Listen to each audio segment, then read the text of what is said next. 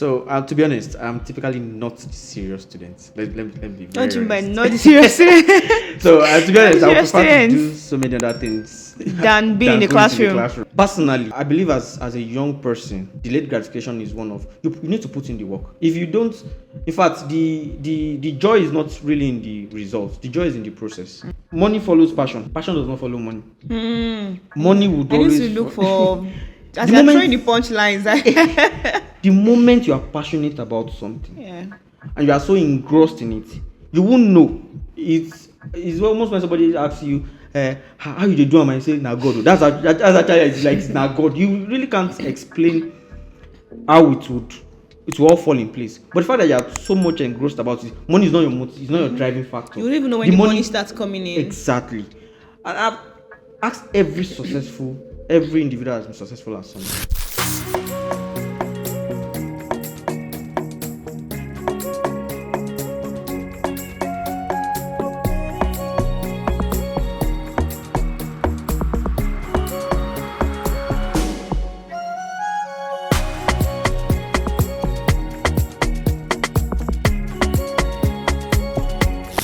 Hi everyone, welcome to Starspod, and my name is Temitope Karim. Today on the show we have an amazing personality. His name is Marvellous Olusegun. He's a co-founder of the Invasion Group. Invasion Group is basically an NGO that focuses on reducing the mortality rates caused by non-communicable diseases entities in Nigeria. Welcome, Mr. Olusegun. Thank you very much for having me. You're welcome. Yeah. So let's take it back a bit. Let's talk about your organization, the Invasion Group. What do you guys really do? How did you start doing what you are doing?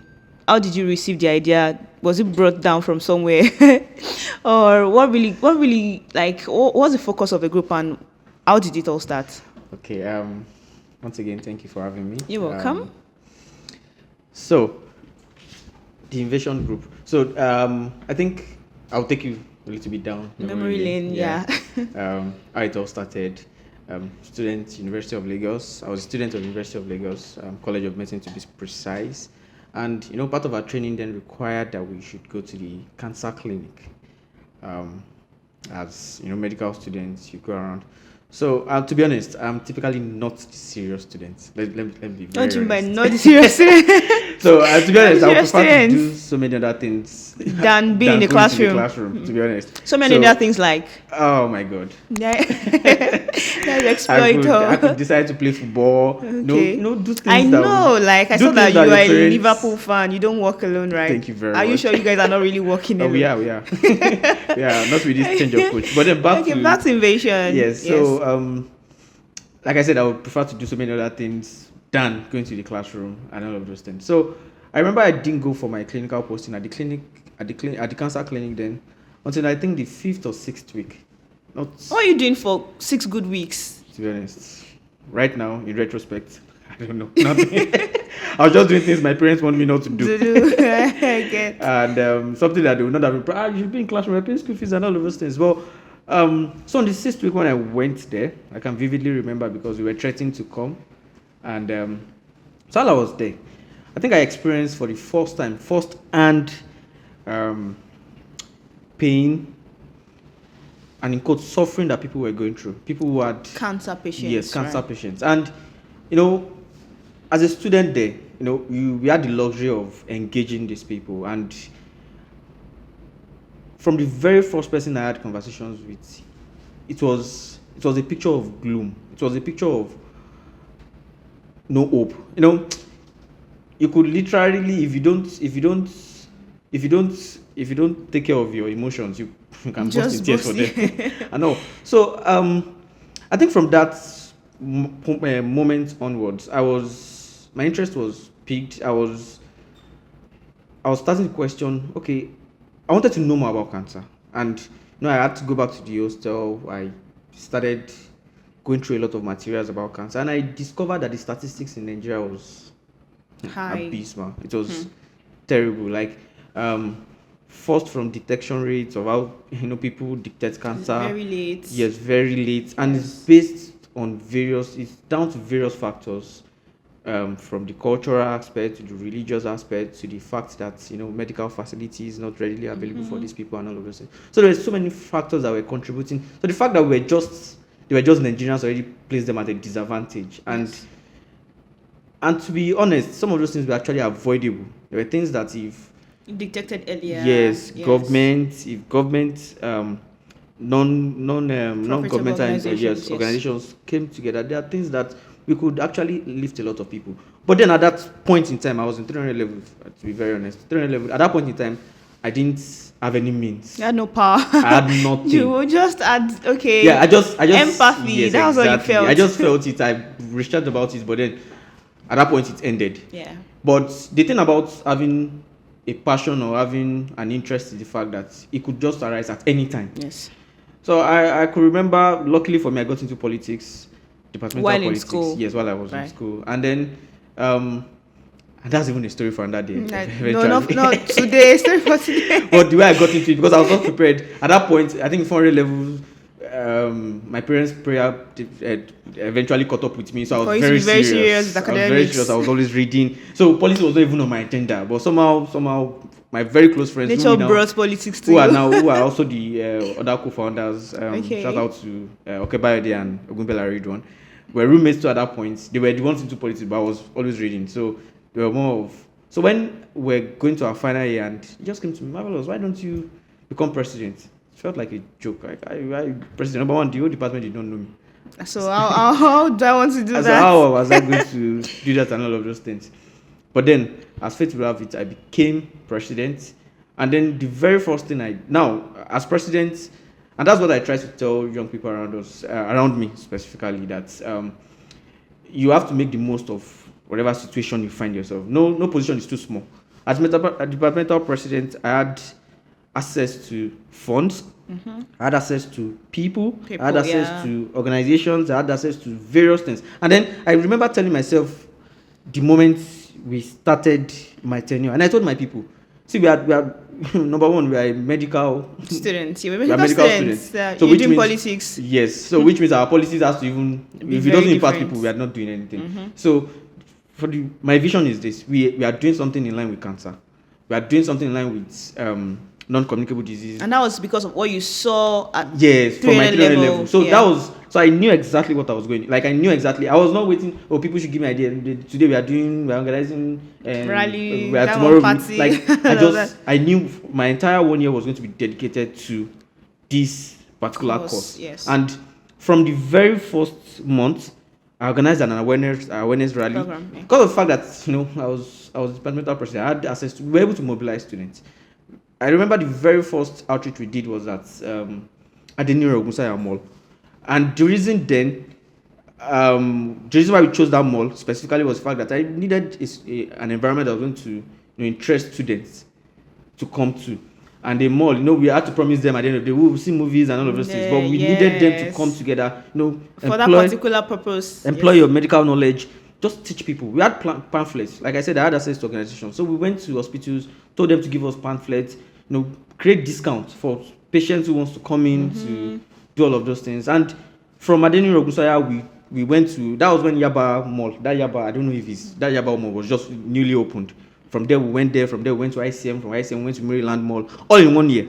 Like all of it in 1 year. And during that period, the impact was, if we had to deal with numbers, we reached directly, like talking to people and all of those things. We got more than 10,000 people, like just talking to people in just that 1 year. Talk about media, so we were able to achieve a whole lot using that. But it all started from the fact that, yes, as an individual, I was able to, I had an interest.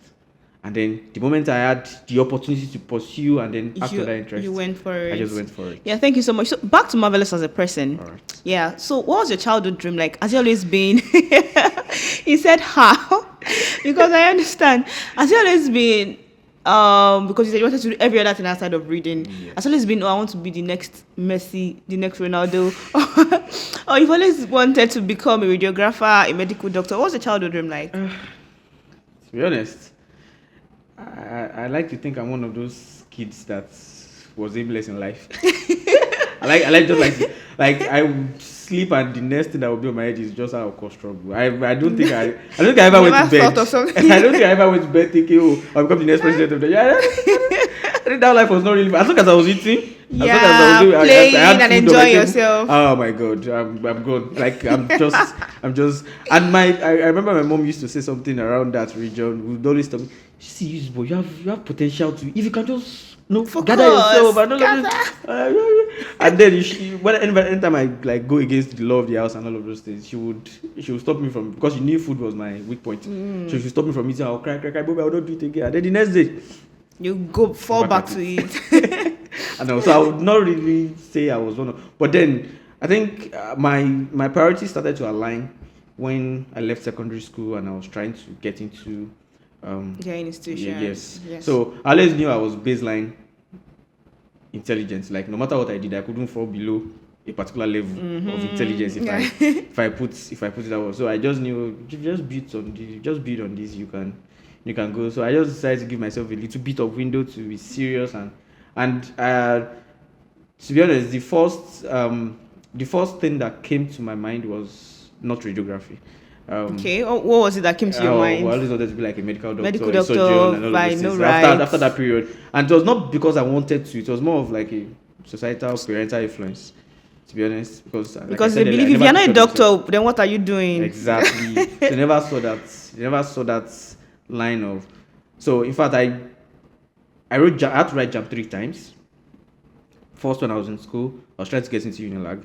Second time when I was outside of school, like after SS3, so I tried to write it again, and each time I was crossing the 200 mark, but the first one was terrible. It was just a trial and error. Just used to know how it is going, know that you know. And then by the second time I was told, then I really prepared. Like okay, now let me focus. Yes. And my father then was very strict because it was one pain. Now I understand him now anyway. Because you have bills to pay now. I understand why it was really, but then because it was really, so I decided to read, and then still at that point I was not, Unilag still didn't fall through. So on the third attempt, my father said no. He wasn't going to pay. In fact, they should even throw me to Lautech. That was what he told me then. I should go to Lautech. They use Unilag to do in Yoruba. Shofi Unilag. What's the problem? Giliko. So then I did Unilag. I wrote the exam. In fact, unprepared. I was even surprised that my JAMB came out good. Throughout that period, I was just playing football. In fact, at that point, my mom said they should go and enroll me in one mechanic shop. I know. So because she felt like I was going to derail at some point. You were like, let's just focus. This one should just do something with his life. The life. only thing left was not to take drugs and go into any of it. Because then to be honest, I was also frustrated in a way and all of those things. So then that day, when the results came out, this is my results. They had to change back to Unilag, and they were like, what would you? So we're just checking through the catalog of courses that were in medical school, and just radiography. And because my previous year cutoff mark fell under that, I was like, let me choose. So as at the time I chose to become a radiographer, I didn't know what it was. I didn't know what we were doing. You just knew it was in the medical field. Mine was just to leave home. It's not like I even knew it was in medical field. Radiography almost felt like we were preparing radio. Mine was just leave home. I just wanted to get out of the house. I just wanted to leave home. And to be honest, I think that accidental choice is one I'm most grateful for, as I'm seated right now. The fact that I'm a radiographer, the opportunities, the career, exposure, everything that you've learned. So because of the fact that I was a radiographer was why I was even able to even come across cancer patients, because part of our jobs as job as radiographer is to the therapeutic care, apart from the diagnostic part of medicine and all of those things. So that's really opened my eyes to a lot. And I'm grateful for that accidental choice. In life, I know we make choices. Some we are grateful for, some we are not so grateful for. I know we cannot separate Marvellous from the invasion group, right? Yes, so what are some of the initiatives your organization has taken up over the years? When did you guys start, and what are the initiatives you've actually taken up? Very interesting question. This is like you're unboxing. It's like a puzzle. Because I think Invasion Group started from 2016. Yes, 2016. We started Invasion Group. Started in a hostel room, and then it was not known as Invasion Group because, as I said, I was president then. Okay. So my friends, Ridwan and Bayode, we just came together. So we're just doing it as students under the umbrella doing politics yes, in school. and all of those things. So, but the moment we're done, and we saw the impact that we were able to do with that. Within that 1 year We of did your that 1 year. tenure. And the way medicine works is that when you are through, you have to wait for your induction. When you've done your induction, you then have to housemanship and all those things. So we had a little bit of time not doing anything. Okay, so the co-founders were your friends. Yes, they were also you were in the same department. Yes. Oh, We're also classmates. amazing. They were classmates, we were friends, we were roommates. Roommates. And we became housemates too at some Oh. point before each of us went I out. understand. And so during 2016, 2017, we were done with school, and then what next? Now decided to go big, like be better at division. So then we organized the largest walk in Lagos at that point for a cancer awareness in Lagos. We brought in celebrities from Nollywood. I said Hollywood. Hollywood, We'll don't worry, I we'll guess it there. Nollywood celebrities. We brought in Nollywood celebrities. We brought, so it was like a walk and a run. Yeah. So bring people around, and that was April 2017. I won't forget. It was after that I was selected by the US to go to Accra, Ghana for the USAID program and all of this. But it was also down to my work as Departmental president. yes, and all of those things. So from then onwards, there's been ideas upon ideas. We've been able to how I can evolve as a person and not limit my impact to just one group, one what's it called now? One cohort or one subset of people and all of those things. So Invasion Group in fact, it was the invasion against cancer. We decided to, let's make it a group because we knew our impact cannot just be. So from there, we opened an educational platform. It was more of a mentorship platform then. For people. Yes, Mentors in Nigeria initiative. That was it in 2018. Later, we had to abandon it because of lack of focus and concentration and all of those things. And that's why I really applaud what Edugist is doing. It's Thank really you so much. It's not a walk in the park, to be honest. Yes. Started a mentorship platform for people. We brought in mentors because we understood then at that point, because as people, we saw most of our classmates. We interacted with, in fact, people were like our age. I discovered that a lot of people were lost on what next to do. After school, right? Yes. And that was, in fact, not just after school, just as individuals. In life, generally. Yeah, people just want to make choices, but they don't know what kind of choice. There are people who spend 4 years in university not even knowing why they're in university. Like most students, you can say that again. Exactly. Like, and then it's somebody who has a purpose and knows what's. But so then, as medical practitioners, one thing is very common with medical practitioners: locum jobs. Okay.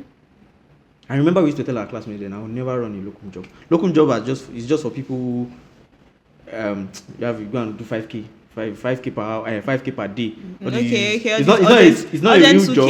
Yes, it's not a real job, but it's just something you would. And our classmates then we're just 3 of us, and our classmates will be looking at us then. What are these guys doing? But then I remember then I never did any locum job. In fact, at that point I was not financially okay. Stable, yeah. As at the point when Invasion Group was coming up and we were going through all of those programs, we had no finances. We had nothing. I was living with a friend in K2 where 4 of us were living in one very small cubicle. We were using all these latrine toilets. I had also that was your good. parents in Lagos, so you.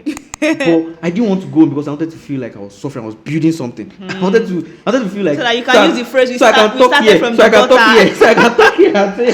You know how they do it now. There was a time I used to Started on the streets. So because of not like I said, I didn't have the grass. We were very comfortable as children growing up, but I just wanted that feeling, and that's why I decided to go there. In fact, there was a time my younger brother came and saw me and reported me to my mom that this is your son. He's like as if this is where he's staying.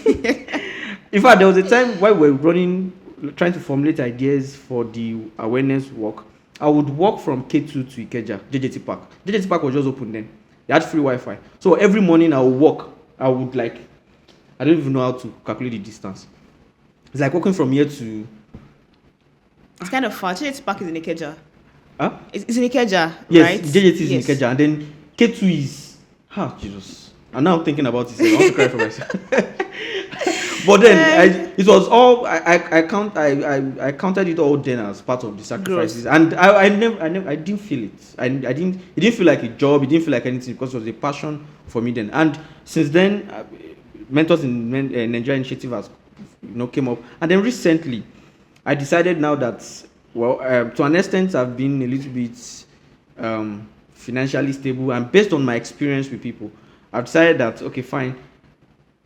In the last 2 years, Marvellous as a person, and not as part of innovation group, but just as an individual, has decided to support businesses,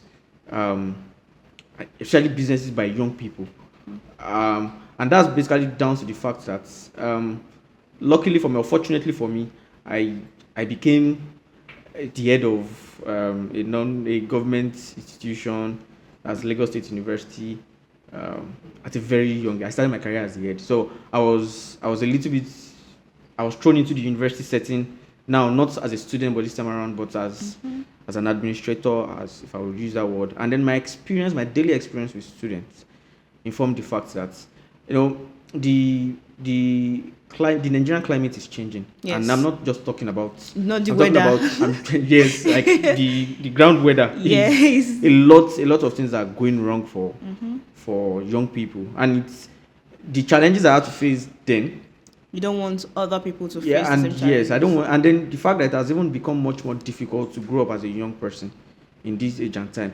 And I remember going through my WhatsApp as just my free time then, and I discovered that almost every young person I know was running one business or the other.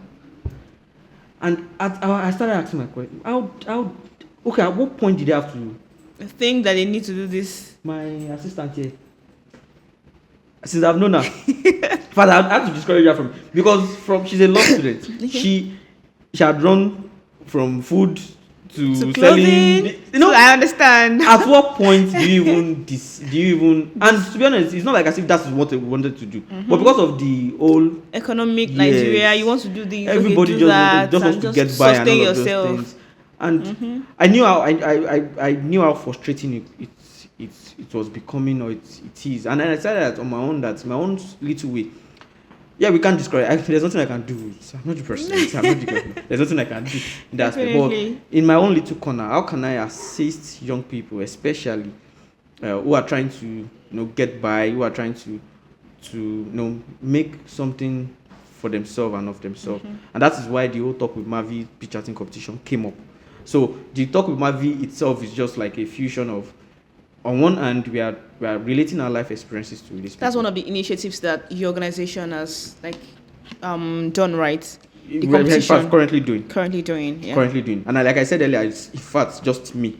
Innovation Group is still running things on cancer and all of those things. But just personally as a person. Yeah. Yes, this is what I do in my own capacity. So on one end, we bring people, established industry captains and all of those things, experts and all of those things, to come and talk to these young people. Share from an experiential point of view. Talk to them. This is at your stage. Yes, I probably might not be going through what you're going through now, but this is how you can manage this. And then on the other hand, we try to. So we don't just talk. Yeah, we talk try, and do. Yeah, we talk and do. We want to be that talk and do. So on the other hand, we also try to support any initiative at all. And I used to tell them, no idea is a stupid idea. Yeah, none of it. So come up with it. If there is a way we can support you in finance, in terms of structure. In fact, my organization as a person has been able to come up with virtual boards through collaborating with organizations that can just, if you need to apply for something and you need a virtual board, you need people to come in, step in and okay, this is my board, because most times people don't like to deal with one-man businesses and all of those things. So most times this is a board, my organization can provide that for you. Yes. You can do all of those things free of charge. Any mentorship, you run into difficulties, anything at all, you can always. The whole point is just make life easier as a Nigerian youth to Nigerians. And I think so far so good. It's something I've enjoyed doing personally, seeing the work and all of those things. And I just hope we. Thank you so much. But I know that people who have benefited from what you are doing, they are really grateful out there. So moving on, I realized that you've mentored over 1,000 students across various institutions to become health awareness advocates. How were you able to achieve that? Was it from your, the 400 level presidential, whatever that you did? And how did you still continue to like mentor students? Okay, so it still all boils down to my time as in Then. yes, from first as a student and then this time around as co-founder of the innovation group. So the innovation group was set up in such a way that we had satellites um, we had satellite individuals, volunteers, Okay. who were working for us because we wanted to cover as many Institutions, as states many as possible. kilometers as possible. I remember then we were in Laspotech, we went to Ekiti State University, where so anytime we visited those universities, then we would just look for student leaders, please identify volunteers for us. We train them. So they were not even necessarily medical people. Yes. They were not. All we just needed from you, the only criteria we needed was the enthusiasm to People impact. share the same vision, like Exactly. okay. So we had in Lagos. In fact, almost I can remember. So we're training them on a rolling basis. Any university that comes in, and then anytime they were going to, or you want to go on an awareness, you want to run any of those things, we provide the resources. That's what we always. So we had the data for the students. People were registered volunteers under us, and that was typically how we were able to just assess them. So anytime we wanted, there's in fact as I'm sitting there, there's really no university, especially inside Southwest, that I want to walk into. I don't know one or two persons that we want to run something like this in your university, and that is why in fact it was easy for me as Talk with Mavi to say, okay, this time around let's make an impact to universities. Our last year program was at Lagos State University. This year was in University of Lagos. Next year. Another place. Is that the only thing you are currently doing? So what are you doing with students and schools as Mavi, as Invasion Group and as a person, your own issues? What are you currently doing with students and schools? I think I kind of explained it. Just shed more light, yeah. Yes. So the Talk with Mavi itself is that the question? Yes. So Talk with Mavi itself, it's an initiative that helps young people to, number one, to discover themselves, okay, and then two, provide them with access to resources that can help them further. Yes, further. So it could be businesses. Most times the common theme is actually businesses. But for other initiatives or for example, I think last year we were just a group of students who presented an idea we really loved, and we just rewarded them for it. Oh. That was just it, and that's just what talk will be. So, like I said earlier, the talk on one side, which is making impacting to these people. Awareness and all that. No, awareness is actually for invasion group. Okay. Now for the talk with Mavi. For the talk with Mavi. Yes. The whole point of talk with Mavi itself is just to, number one, gather a group of young people, one, and then two, impact them with just life hacks from established individuals who have passed through what they are currently going through. Yes. So teach them, create an environment for them to ask questions. Create an environment for mentorship. Create an environment for guidance. That's all. Because we discovered that away from the classroom, people are actually, and Talk with Mavi itself is actually very specific with the age grade of individuals that we're bringing in. Number one, our resource persons, first off, they are not people of 40-something, 50-something, 60-something. Because, number one, I believe based on the interaction that sometimes they're always out of touch with the reality of a young person. Yes. Always out of touch. Yeah. So they speak in very abstract language that people don't necessarily... That the young persons don't necessarily flow with and all of those things. So I bring somebody that looks like you. Somebody that speaks the same language, the same steez. Yeah, same aura, composure. Same composure. 100, we still stand, we still dig. So, when we bring people like that to talk to them, we eventually notice that it's easier for them to open up. They ask questions. They are much more vulnerable at that point. We're able to, and then from scenarios like that, which has happened various times, we have a lot of students coming to meet us that they want to be constantly mentored. They want to be guided around their career choices, their career paths, their what's it called? If it's business or whatever it is, as long as it relates to their life. Yes. We are just, in a way involved. And that's what basically your organization is actually also doing. And as an NGO co-founder, because that's where all this started from. Yeah. Talk to me about the importance of volunteering, because I know that many people out there watching, like, people have passion for, oh, I want to change the world, or I want to do this, I want to do that. So what are the importance, of volunteering? Yeah. Just one or two. I'm a product of volunteering. Yeah. To be honest, and excuse me. Sorry. And I think it's from volunteering that you actually discover yourself. And why do I say that? You see, when volunteer is most times it boils down to doing something without the hope of a reward. You're volunteering your time because you believe in a cause, not because you'll be paid for it. For it, yes. And the moment there's no monetary reward, there's no money. That's where you actually understand where your passion lies. And as an individual, the more I volunteered for programs, the more I volunteered for events, the more I was emboldened to actually, go into the world and preach the gospel and then save more lives. So that was how volunteering worked for me. And I believe one of the major experiences, even as an organization, currently I have a lot of volunteers. Like, I bring in fact, people, even as long as I identify you that you are a person, if you like admit, if you like don't admit, come inside. We'll see what you can do. You will see what we can do. And I discovered that over time, they became, much more receptive of the fact that, and the joy of contributing to a cause. So volunteering is a cause. It's a cause that as a student, just volunteer. Starting your life, because I noticed that young people currently are, we're obsessed with the culture of instant gratification. We want to be paid instantly. Immediately. Yeah. Some people even tell you that money is the motivation. If there is no money, and all of those things. And I think it's a very how do I is it totally wrong? Yeah, instant gratification. Personally, yes, because I'm done with the mic now, so I'll speak personally. Personally, I believe as a young person, delayed gratification is one of you need to put in the work. If you don't, in fact, the joy is not really in the results. The joy is in the process. As a person, I felt more fulfilled in the process of what I was doing than the results you want to get. I like the fact that I was engrossed in an activity. The process of having to make sure that this person. Let me give you a story that's happened at Yaba when we were doing what's it called now, our outreach, cancer awareness. Yeah. So that's at Yaba, more that new one. I don't know if it's still open, to be honest.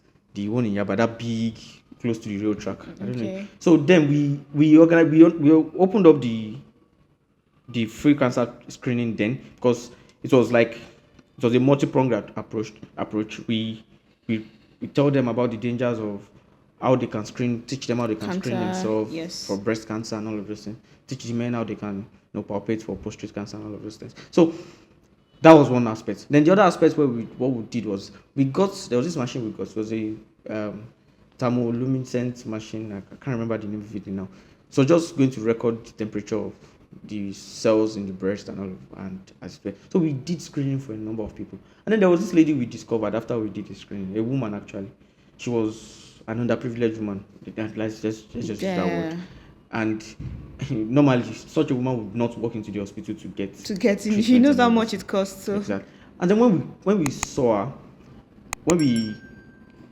they called my attention to it that this woman, what this machine is giving, like there's increased activity in her breast and all of this. So immediately I took her to one of the hospitals that were partnering with them. Then they will give her discount. I said, if you discount this into 1,000, there's no way she wants to get the money. Even if she has the money. Yeah. The fact that she believes, because then we understood that her major, that religious factor was was a major thing that was fighting for back. Them. Yeah. Like people believe putting anointing oil will just kind of solve it all. And these things were not.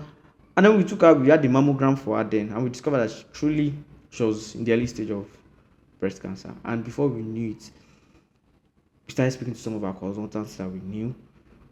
As an organization, we started. Because she was the only person that you got that result. And then we were following up with her and all of those things. And before you knew it, she went into radiotherapy, and she became cancer free. No, the day we got the news, we were following it. I don't even know how to put the word. Overjoyed. I think I shed a tear or two because I knew how she would be feeling, and the fact that one Imagine it was person not detected at at that all, point. that was one person that could. A life. Oh, That's no, a life no, that would have. no, that could have just been.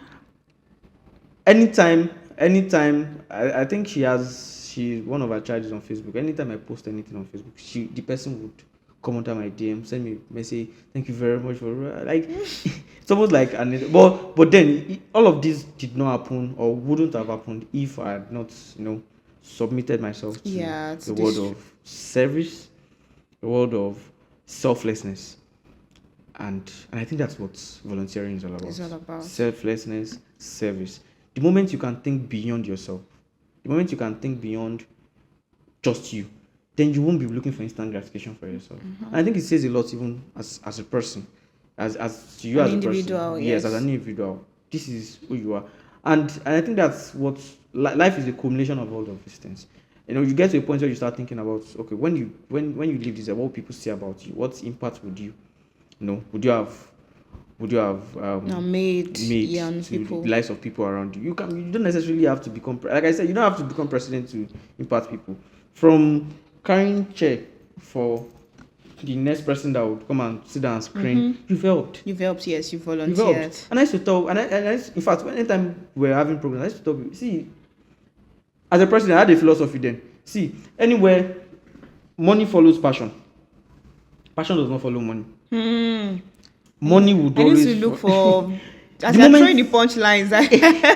The moment you are passionate about something, and you are so engrossed in it, you won't know. It's almost when somebody asks you, how you do it, and say, "Na God." That's actually it's na God. You really can't explain how it will all fall in place. But the fact that you are so much engrossed about it, money is not your motive, it's not your driving factor. You don't even know when the money starts coming in. Exactly.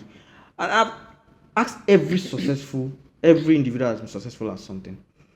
The number one thing that is driving them would not be money. You can read any story of any. In fact, let's start from home. Let's ask from Mr. Obis. Money would not be the driving factor of why he decided to set up Edugist. Yes. Money, but money is following Edugist. People will come and knock, we want to partner with you. But it started from somewhere. The passion. Yes. So, as an individual, why are you running after the money? Why? The money would not. I understand you though.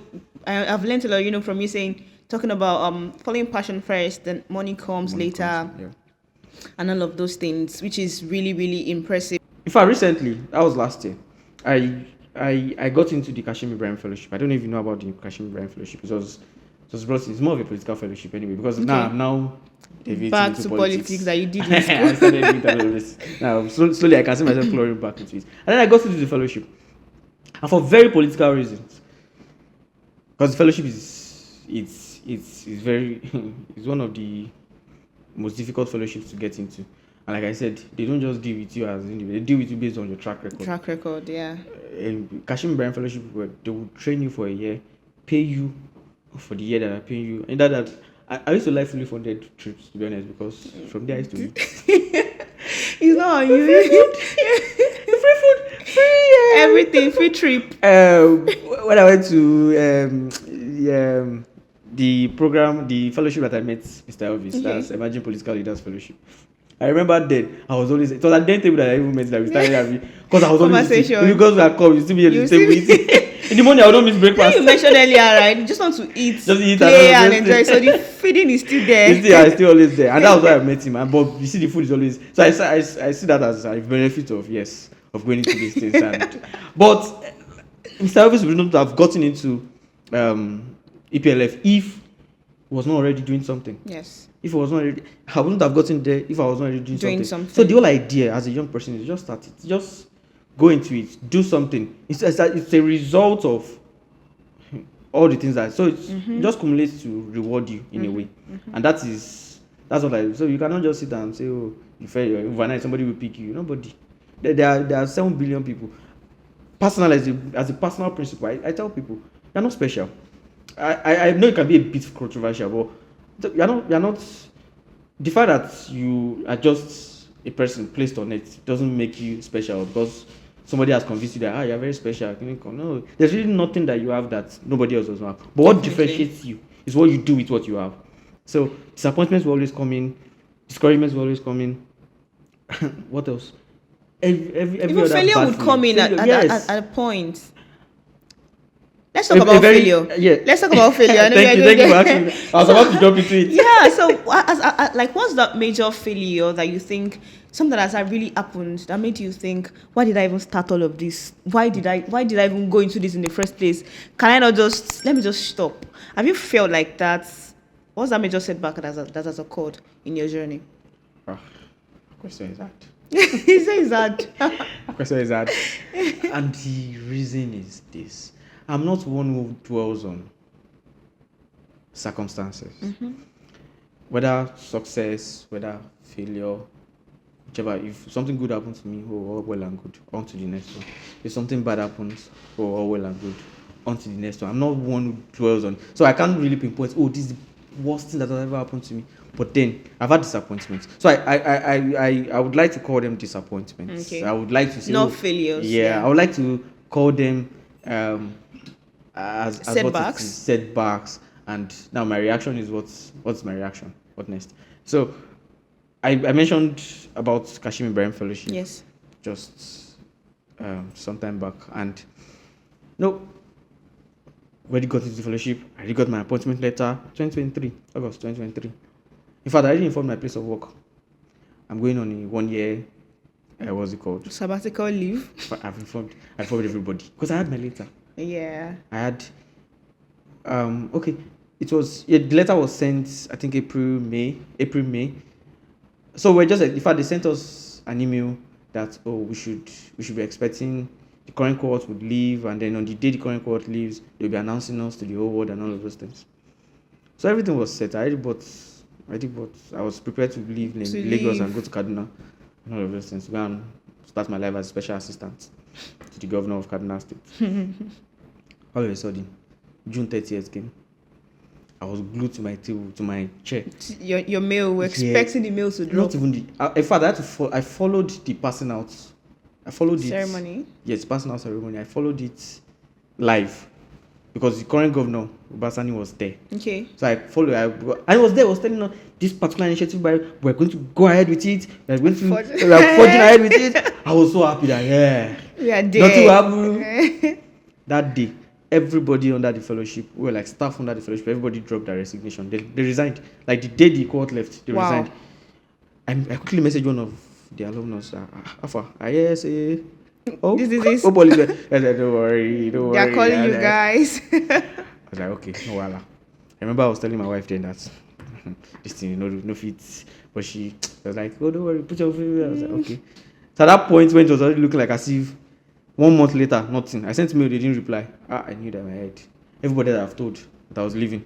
That's the first thing that came to your mind. You're not even thinking of the opportunity you lost. I was going there. Imagine. I'll go back to the office and say, Alpha, you not go again. Let's start the conversation like, you see, that was what I was like that day. See, the next day that I appeared at work, and I was like, hey, Alpha, how did you? I was like, well, they said it's like, they did not even give us reason. The governor just say, hey, we go. That was all. To be honest, I didn't dwell over it. I didn't. Nothing. In fact, it didn't cross my mind. Recently, I applied for something else recently. Just, I think, something done by Lagos recently. And I don't know if I should be saying this on, what's it called? Because we've not got to that stage yet. Well, if I dwelt on that, you would not want to do this next one. I am very sure that the disappointments and the disappointment I felt then would have affected my mindset such a way that I won't be able to apply to this, and it's exactly the same thing.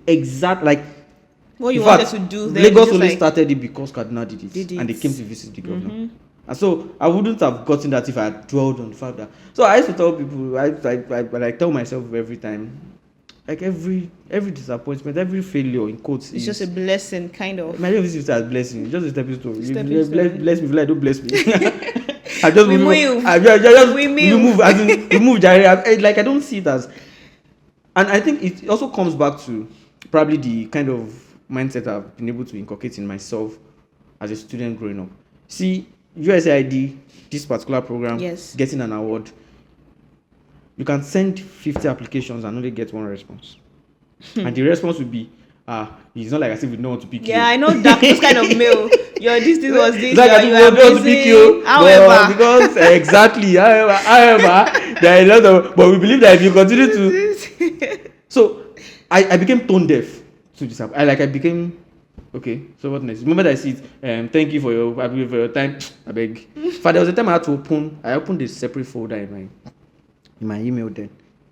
So I just be dumping just to see how many that's details it. you've And there was a gotten. time I got on like 100 and not one successful, not one congratulations, not one. And I used to tell myself and some of my other friends then that the fact that I applied to this particular program and they didn't pick me does not mean that I'm not good enough. Definitely. It just means that whatever it is that they need, they can't find it in me. They will find it in someone else. Yes. The next person I'm applying to will find it in me. And that principle has always worked for me. And preach. and to cap it all, I also believe that we're a product of our relationships. How we get to think, how we approach problems, how we solve problems, whatever it is. If you work with pessimists, you think like a pessimist. Yes, definitely. If you work with people who are optimists, you will think like an optimist. I was fortunate enough to be surrounded by my two very close friends are people, God of mercy. You see, life passes us in a wave, like you just. So when something is even wrong with you, but they don't help you to. Oh, hey, sorry. yeah. Oh. And there's no solution. I beg you, just yeah. like the next, and there is no way also that you'll be in this impact field that you won't suffer setbacks. You know, you need people. So your problem solving skill has to. How do you have to? You are mostly like thinking on your feet. Fast, yeah, very fast about it. People you are dealing with are people who are real time. People you are dealing with humans. You are not dealing with abstract people. People from all walks of life who are also thinking on there. So you need to be. You don't have to dwell on anything. You don't have to. So your approach matters. And those two most important things, like I mentioned, is the fact that one, your mindset, how you approach every problem, and then two, the caliber of people around you. It really matters. Really matters. If I had friends who I probably found a way to convince me that can continue reading, don't become a president. Don't do this. It's typically the line I would have followed. So like I said, and you don't do life in isolation. Yes. Nobody does life in isolation. You need people. You need people from left, right, who will either motivate you, encourage you, discourage you, even uplift you. God bless you. Yes. So everybody has their function in life. Everybody has whichever depends on identifying what purpose this person will serve in your life at this particular point and all of those things. So it doesn't. See, when you have a simple approach to life, very simple skills, I think you just get more setbacks as setbacks. Yeah, get more out of life, because the truth is opportunities will always come. Yes. But it just depends on your disposition. Sometimes you might not be able to recognize opportunities because you are still sulking over the lost ones. Yes. Yeah, talking about opportunities once again. You talked about an award that you got recently from the Duke and Duchess of Just talk about it. How did you come about that, and how did you feel when you got the award among the numerous? How did you feel? I think the most beautiful thing about that award is the fact that I've helped 2 or 3 different people to get that same award. Wow. For me as a person. So when I look into my circle of friends, my co-founders, we all have their award. I do the same thing, but we all have their award. And the best thing was that I opened the door to that award. So I just saw the opportunity. I was just going through what's it called? I was going through opportunity decks that day, and I just saw it. If you're a young person between the age of 18 to 25, yes, 18 to 25, doing something in your community, please just put it out. And then I opened it. And you really fell into that category. So you're like, why not? I think then I was probably 24 or 23 then. And it just happened so fast. That day I was even at work. I was supposed to go home, and I saw it. I was like, I had all the materials, all the proof that was needed. just attached it. And the next thing I was called for an interview. Next thing, they wanted to see what we're doing and all of those things. And before I knew it, my name was already on blogs. I just typed my name, Olusegun Marvellous, and I saw that. You're trending. At the point, my mom called me, Marvellous, my post me, mom. I said, it's not me. There's You don't have to post it. You don't even have to post it. You don't even talk about it. Like, he said, some people are saying, Shebomo Inti Gba, gone to UK. And I know African parents, they don't want you to be out there. Exactly. You get the point. At the point, in Yoruba, don't let them shine their eyes. Tissue anybody, you know, you cover it. I love that. So at the point, even my parents were I think somehow they're always surprised at the fact that the way I've turned out, because they knew I didn't have. So they knew what you wanted to be at first. They would, and they've gotten used to the fact that, okay, what this boy does is not something you can just put your hand over and say, oh, nobody must know. It actually involves people, everybody, whether he likes it or not, people will know about it and all of it. So it's, I don't know, like I said, I mentioned earlier, that award, any of the fellowship, they are just a accumulation of what I've done, what I've been able to, start with the help of people around me and all of those things. And it's something that if I were to come back to life again, I'll choose a word of service. I'll choose a life of service. I'll choose, because I've gotten the most fulfillment, the most. I used to joke with my friend that, see, it's when you have money that you actually know that money is not. It's really nothing. Yeah, it's not really. When you don't have it, that you be thinking, hey, if I can get one small millionaire. Exactly. Small 1 millionaire like this. But the feeling you get when you've helped others, the feeling you get, you can't describe it. To be honest, you can't describe it. Last year, when those, to me, it was small money. Because 200,000 to me, I didn't see that. But it meant a lot to those people that won the competition. And you were talking about the competition, your initiative. Yes. Maybe for those watching and they're wondering what I was talking about. I think you had a competition. Yes. And the award prize was 200,000 naira. Yes. So it's when I saw the way they were jumping up, I looked at your assistant. The happiness was on top of how much. But then it was until but if you don't put yourself in their shoes, you won't know how. Most of you just start from a place of privilege. Yes, Because this is who you are and what it is you are. So talking about privilege, I know you've been privileged to accomplish a lot of things, and I know you are still going to achieve more, definitely by God's grace. You've done a little now. My helper might be watching. Yeah. That's true. So that your will not come and say that. Just a little. We still have a long way to go. I really understand that. But anything we achieve in life, we should always just appreciate and applaud ourselves, regardless of, and while still looking towards what is to come, which is still good. What do you have to say to someone out there, a younger Marvellous right now, who's like, okay, at the crossroad, doesn't know what to do with life?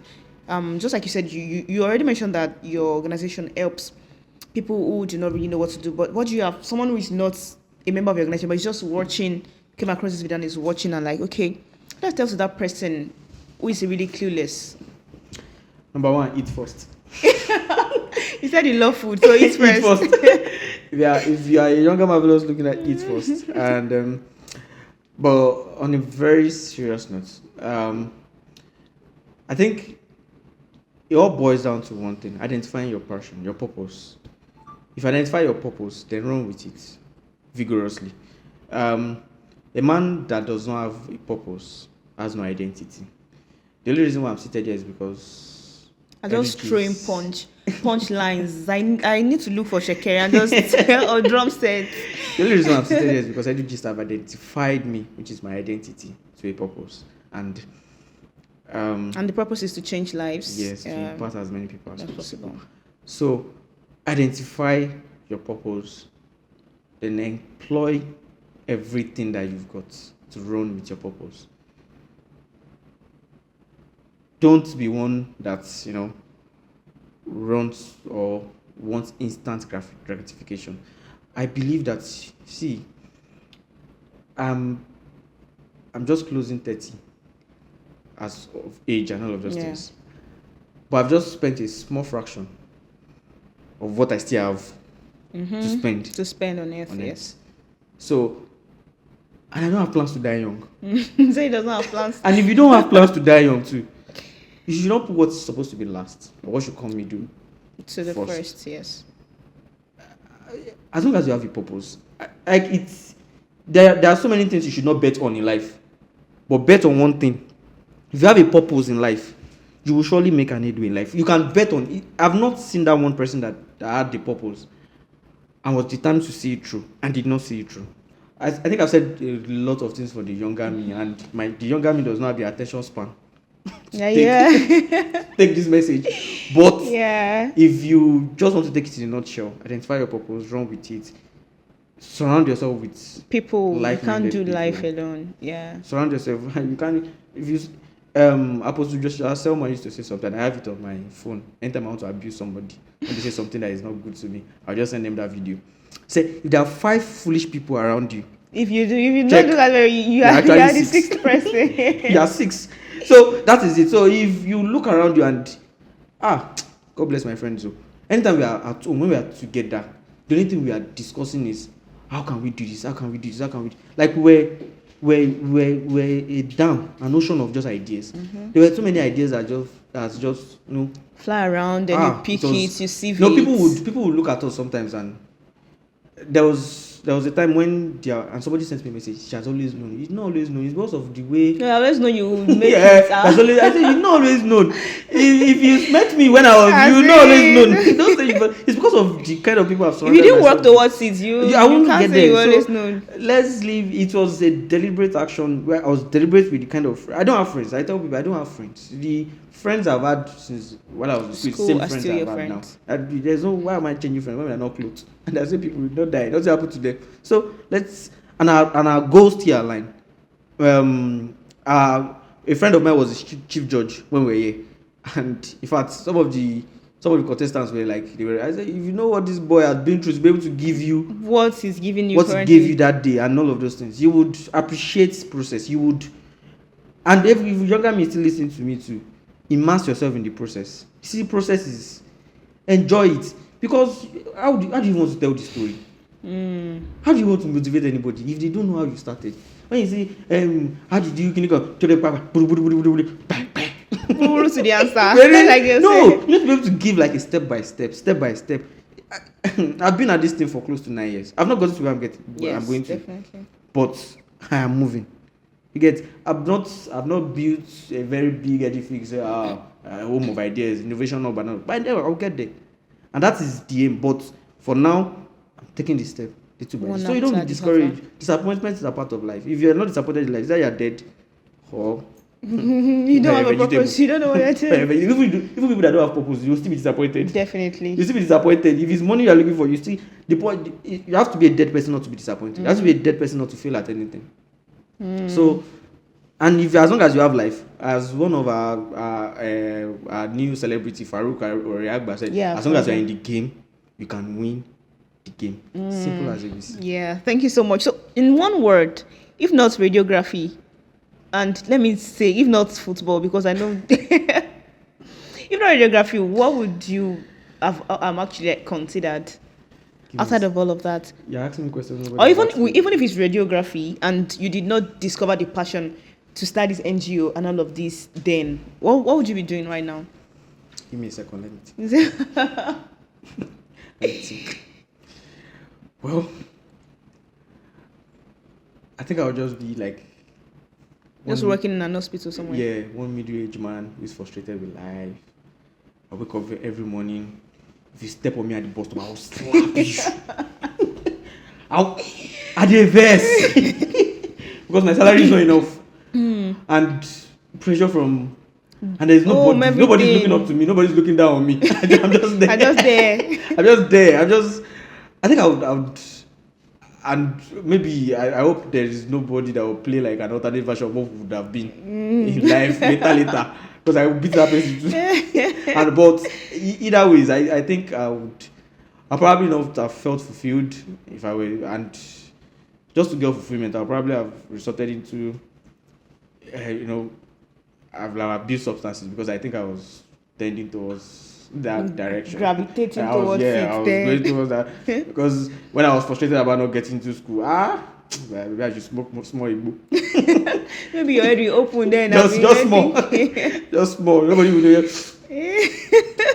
You eat your head twice and your head will correct. But then I thankfully, finding my purpose early and all of those things did not.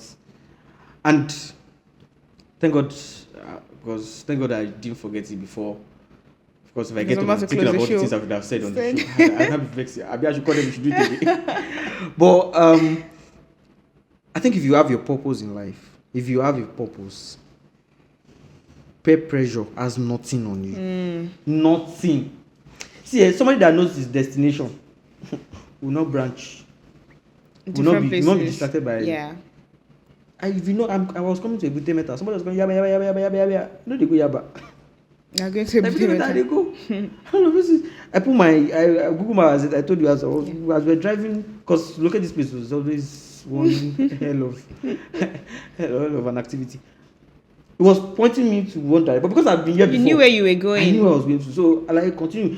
When we turn right, keep quiet. When I got to the turn right, I knew I was going. Don't worry, I know I'm supposed to go straight. So even if I have to reapply that, it's a life. Yeah. That is essentially how some of us are pressured into. In fact, I was talking to a group of students and I asked them, why are you all of you like this now? One of them was selling lingerie, one was selling oil, one was selling, and I asked all 5 of them, why are you doing what you are doing?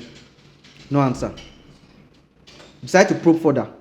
We discovered that at least 4 of them were actually selling something because they saw their friends doing something. It. So, number 1, there was no conviction with what they were doing.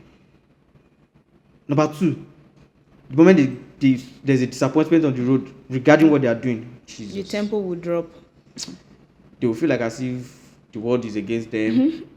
Family members against them. The village people, everybody. Things. And the moment you have a purpose, you actually see setbacks as setbacks. It just set you back. You can still move forward. That's essentially how it is. So, I don't know what question led me here, but I think I must have answered the question. Yeah, you've answered the question. I was just saying that if not radiography, what else? Okay. You've answered the question. So thank you so much for watching. It's been a beautiful conversation, and I hope that you've actually learned 1 or 2 things from the show. Don't forget to follow Edugist on all social media platforms. Don't forget to like, subscribe, and drop a comment about what you've learned or anything at all regarding this topic. Drop a comment. See you next time. Bye.